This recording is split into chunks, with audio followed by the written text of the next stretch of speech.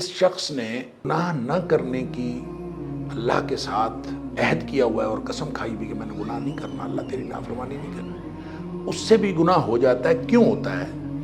یا جذبات کی مغلوبیت کی وجہ سے، یا حالات کی مغلوبیت کی وجہ سے۔ کبھی حالات اس طرح سے اس کو ڈومینیٹ کر جاتے ہیں کہ وہ پگھل جاتا ہے کہ چلے وہ گناہ کی طرف چلا جاتا ہے، یا پھر اس کے جذبات اس قدر ڈومینیٹ کر جاتے ہیں کہ وہ پگھل جاتا ہے اور گناہ کر بیٹھتا ہے۔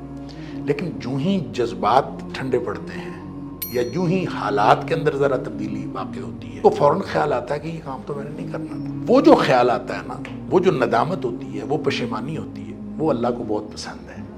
اس کو فوراً خیال آتا ہے وہ میں نے تو نہیں کرنا تھا، یہ مجھ سے کیا ہو گیا۔ لہٰذا یہ اللہ سے وعدہ کرتا ہے کہ میں اب دوبارہ نہیں کروں گا، اور پورے عزم سے کہ یا اللہ میں نے دوبارہ کبھی زندگی میں نہیں کرنا، لیکن کچھ دیر بعد پھر کر بیٹھتا ہے۔